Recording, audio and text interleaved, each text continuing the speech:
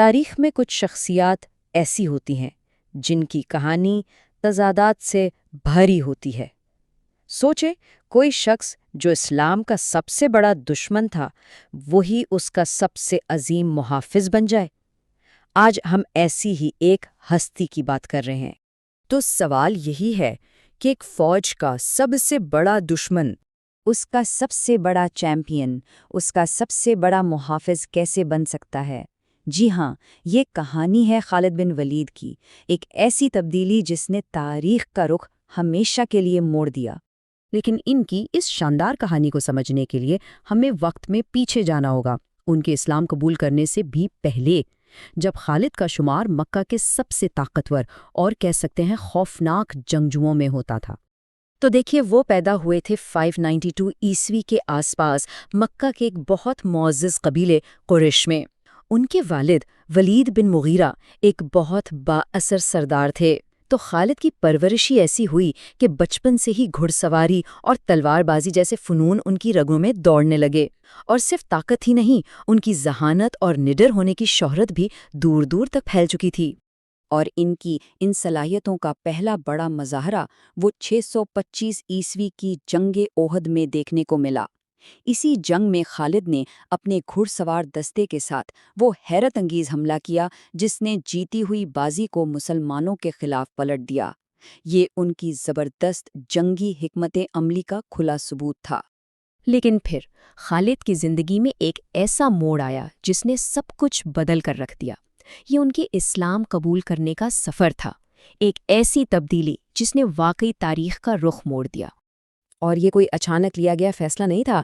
628 عیسوی میں حدیبیہ کے معاہدے کے بعد خالد نے گہرائی سے سوچنا شروع کیا، اور آخرکار اگلے ہی سال 629 عیسوی میں وہ مدینہ تشریف لے گئے، پیغمبر اسلام حضرت محمد صلی اللہ علیہ وسلم سے ملاقات کی اور باقاعدہ طور پر اسلام قبول کر لیا۔ اسلام قبول کرنے پر پیغمبر اسلام نے انہیں ایک لقب دیا، سیف اللہ، یعنی اللہ کی تلوار۔ اب یہ لقب صرف ان کی طاقت کا اعتراف نہیں تھا، بلکہ اس بات کا اعلان تھا کہ اب یہ بے مثال صلاحیتیں اسلام کی خدمت کے لیے استعمال ہوں گی۔ اور جیسے ہی وہ اللہ کی تلوار بنے، ان کی فوجی ذہانت نے اسلامی تاریخ کے وہ شاندار باب رقم کیے جن کی مثال نہیں ملتی۔ مسلمان ہونے کے فوراً بعد ان کا امتحان ہوا موتا کی جنگ میں۔ سوچیں، 629 عیسوی کی اس جنگ میں جب ایک کے بعد ایک 3 مسلمان کمانڈر شہید ہو گئے اور فوج ٹوٹنے کے قریب تھی، اس وقت خالد نے کمان سنبھالی اور اپنی ایسی شاندار حکمت عملی استعمال کی کہ مسلم فوج کو ایک یقینی تباہی سے بچا لیا۔ اب ذرا اس بات پر غور کریں، 100 سے زیادہ جنگیں اور ایک میں بھی شکست نہیں، ایک بھی نہیں۔ فوجی تاریخ میں یہ ایک ایسا ریکارڈ ہے جس کی مثال ملنا لگ بھگ ناممکن ہے۔ یہ اعداد و شمار ہی ان کی غیر معمولی قابلیت کو بتانے کے لیے کافی ہیں۔ تو ان کی کامیابی کا راز کیا تھا؟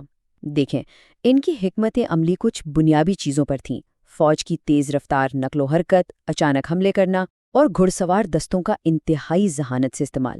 اس کی سب سے بڑی مثال ملتی ہے یرموک کی جنگ میں، جہاں انہوں نے اپنے سے کئی بڑی بیزنطینی فوج کو شکست دی۔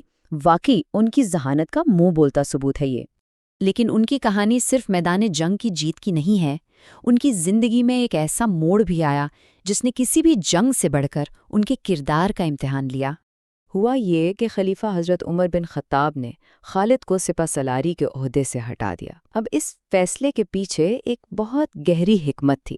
پہلی بات تو یہ کہ یہ یاد دلانا تھا کہ فتح ہمیشہ اللہ کی طرف سے آتی ہے، کسی ایک شخص کی وجہ سے نہیں۔ اور دوسری، یہ یقینی بنانا تھا کہ فوج کی وفاداری کسی ایک جنرل سے نہیں بلکہ ریاست اور نظریے سے جڑی رہے۔ اور یہاں پر خالد کے کردار کی عظمت سامنے آتی ہے۔ ان کا رد عمل دیکھیں، جب وہ سپریم کمانڈر تھے تب بھی خلیفہ کا حکم مانتے تھے، اور جب ایک عام سپاہی بنائے گئے تب بھی انہوں نے نئے کمانڈر کا حکم بالکل اسی طرح مانا۔ بغیر کسی شکایت کے انہوں نے یہ فیصلہ قبول کیا۔ یہ ان کی عاجزی اور ان کی لازوال وفاداری کی ایک بہترین مثال ہے۔ اب چلتے ہیں ان کی زندگی کے اختتام کی طرف، جو ان کی پوری زندگی کی طرح ایک اور گہرے تضاد کو سامنے لاتا ہے۔ اپنی وفات کے وقت انہوں نے جو کہا وہ دل کو چھو لیتا ہے۔ انہوں نے کہا، میں نے اتنی جنگیں لڑی ہیں، میرے جسم پر کوئی ایسی جگہ نہیں جہاں زخم کا نشان نہ ہو، لیکن میں بستر پر ایک اونٹ کی طرح مر رہا ہوں۔ یہ الفاظ ایک ایسے جنگجو کی شہادت کی شدید خواہش کو ظاہر کرتے ہیں جس نے اپنی پوری زندگی میدان جنگ میں گزاری تھی۔ آج خالد بن ولید کو تاریخ کے عظیم ترین فوجی کمانڈروں میں سے ایک مانا جاتا ہے۔ وہ ہمت، جنگی ذہانت اور اس بات کی زندہ مثال ہیں کہ ایمان کسی انسان کو کیسے بدل سکتا ہے، اور سب سے بڑھ کر اسلام کے ایک عاجز خادم کے طور پر یاد کیے جاتے ہیں۔ تو ان کی زندگی سے ہمیں کئی اہم سبق ملتے ہیں۔ پہلا، ہمیشہ سچائی کی تلاش میں رہو، چاہے وہ آپ کے پرانے عقیدوں کے خلاف ہی کیوں نہ ہو۔ دوسرا، اپنی بے مثال صلاحیتوں کے ساتھ ساتھ گہری عاجزی بھی اپنائیں۔ اور تیسرا، ایک اعلیٰ مقصد کی خدمت کریں، کیونکہ سچے رہنما خدمت کرتے ہیں، صرف طاقت حاصل نہیں کرتے۔ اور آخر میں یہ سوال باقی رہ جاتا ہے، زیادہ طاقتور چیز کیا ہے؟ وہ تلوار جو جنگ جیتتی ہے، یا وہ عاجزی جو اپنی جگہ کو خوشی سے قبول کر لیتی ہے؟ خالد بن ولید کی زندگی شاید یہی سکھاتی ہے کہ حقیقی عظمت ان دونوں کے امتزاج، یعنی ان دونوں کے ملنے میں ہی پوشیدہ ہے۔